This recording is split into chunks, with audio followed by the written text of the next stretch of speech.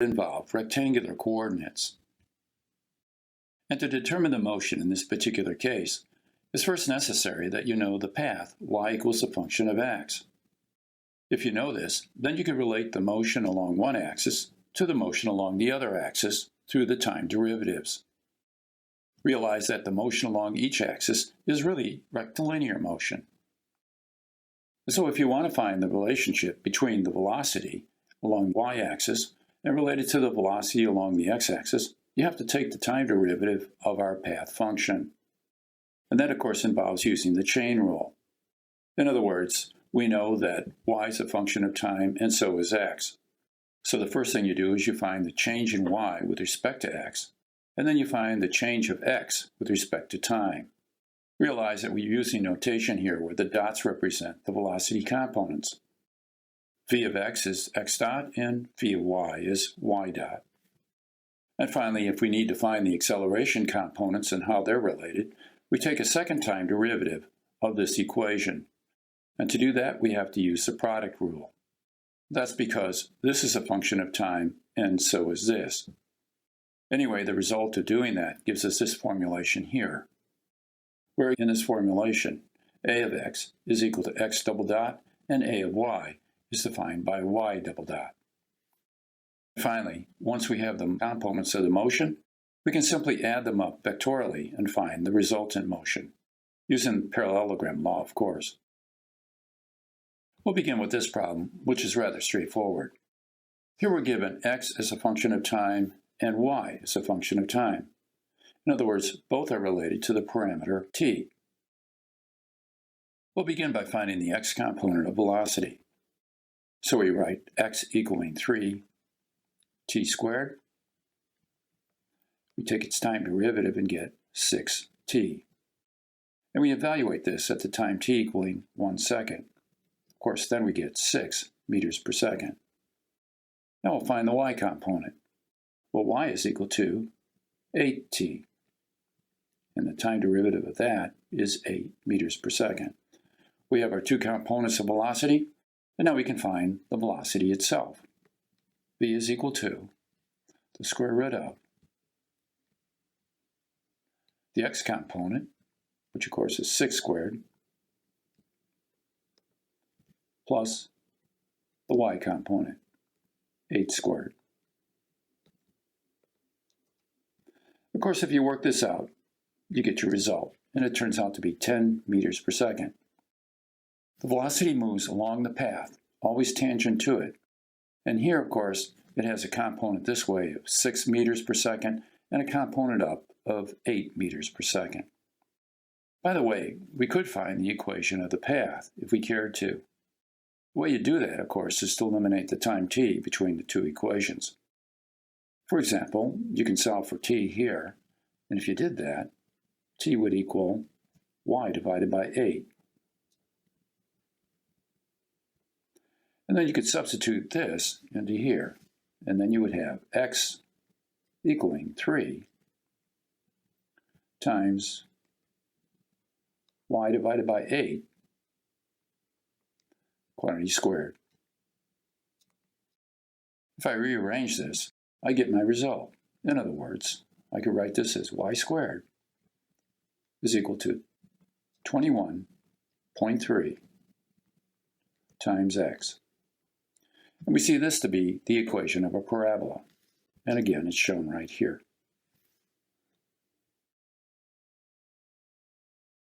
All right, now let's do a problem of a different sort.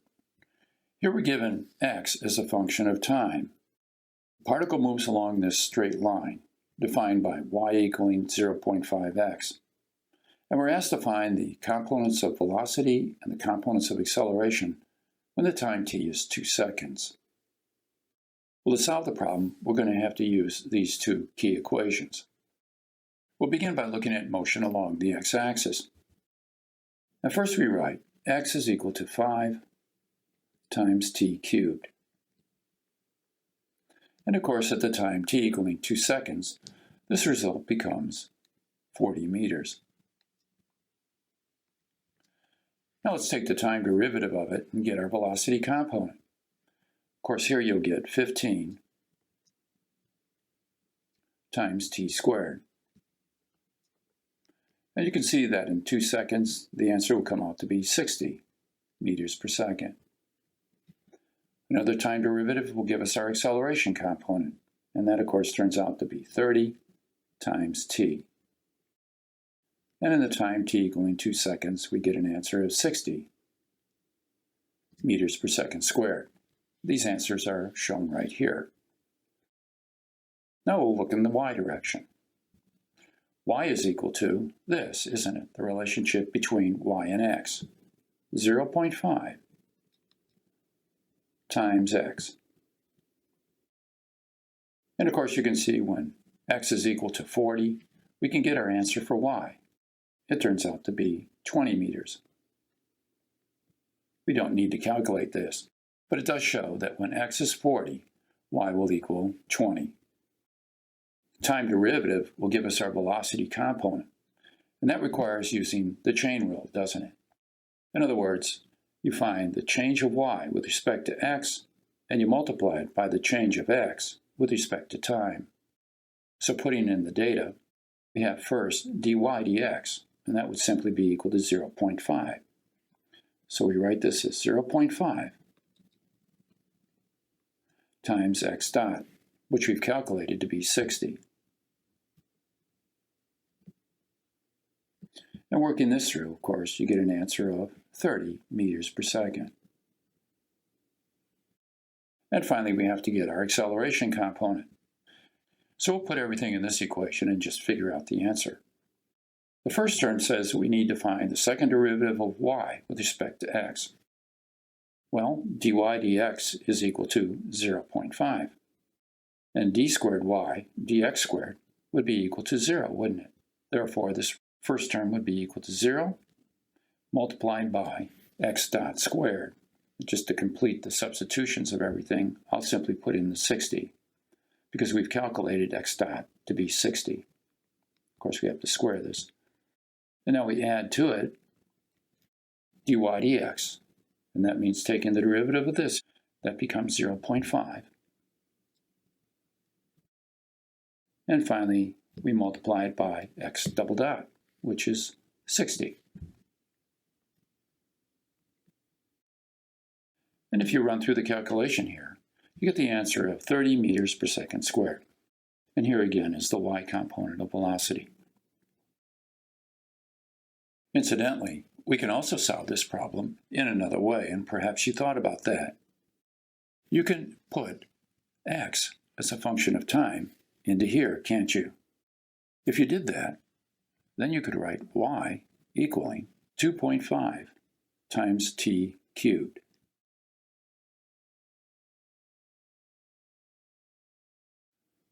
And once you know this, I can take two derivatives of it and find my y dot and my y double dot, and then evaluating that at the time t equaling 2 seconds in each case. And doing that, you'll get your velocity component in the y direction, and then of course your acceleration component in the y direction. And so either doing it this way, or by doing it this way, using this longer equation, you always get the same result. Well, granted here, this would be the easier way to solve the problem. But realize that sometimes x is a complicated function of time, or y can be a complicated function of x. Under those circumstances, you'd have to fall back and try to do it this way.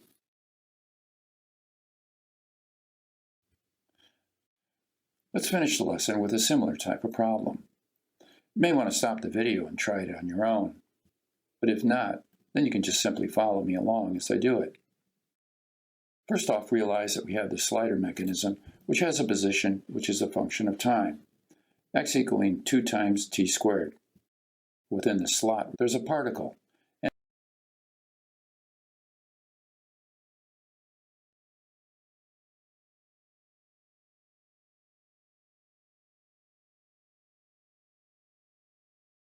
forced to move along this parabolic path.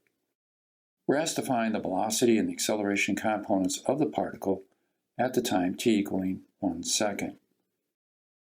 Well, one way to do the problem would be, again, to use our basic equations like this and solve it. And I like to show you this approach as opposed to a quicker way to do it. So let's talk about applying the equations and getting our result. First off, let's get the motion along the x-axis. X is equal to 2 times t squared.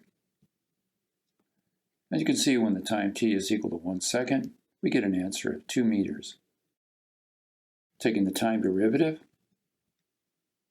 4t, and in time t equaling 1 second, we get an answer of 4 meters per second. And finally, one more time derivative gives us a result of 4 meters per second squared. So, constant acceleration along the x-axis, and of course a velocity of 4 meters per second at the instant t equals 1 second. Now along the y-axis. First, y is equal to x squared. Now let's get y dot, and that's done through the chain rule again. The change of y with respect to x, that means dy dx, or 2 times x, and then of course x dot. And now to evaluate this, we get the following. 2 times x, which we calculated to be 2, and then times x dot, which was 4.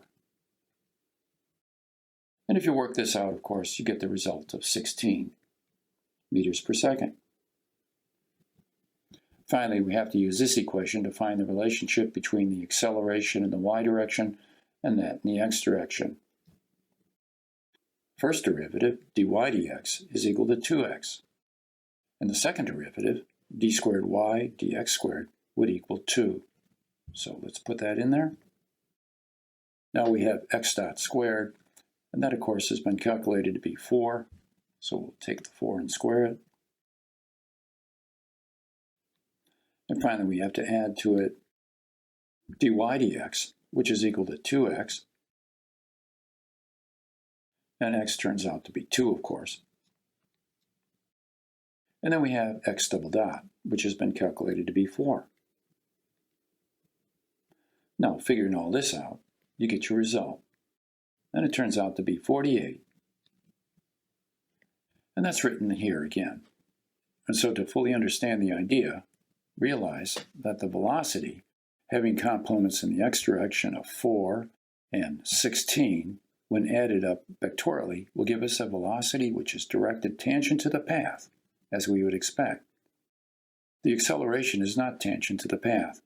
It has a component of 4 this way, and a component in this direction of 48. And if you add those up, you find that vector, that is the acceleration vector, will be directed up into here. In other words, within the curve of the path. And that's always the case. And we'll talk about that in one of the other lessons. Anyway, now that we've completed the problem, we'll end the lesson.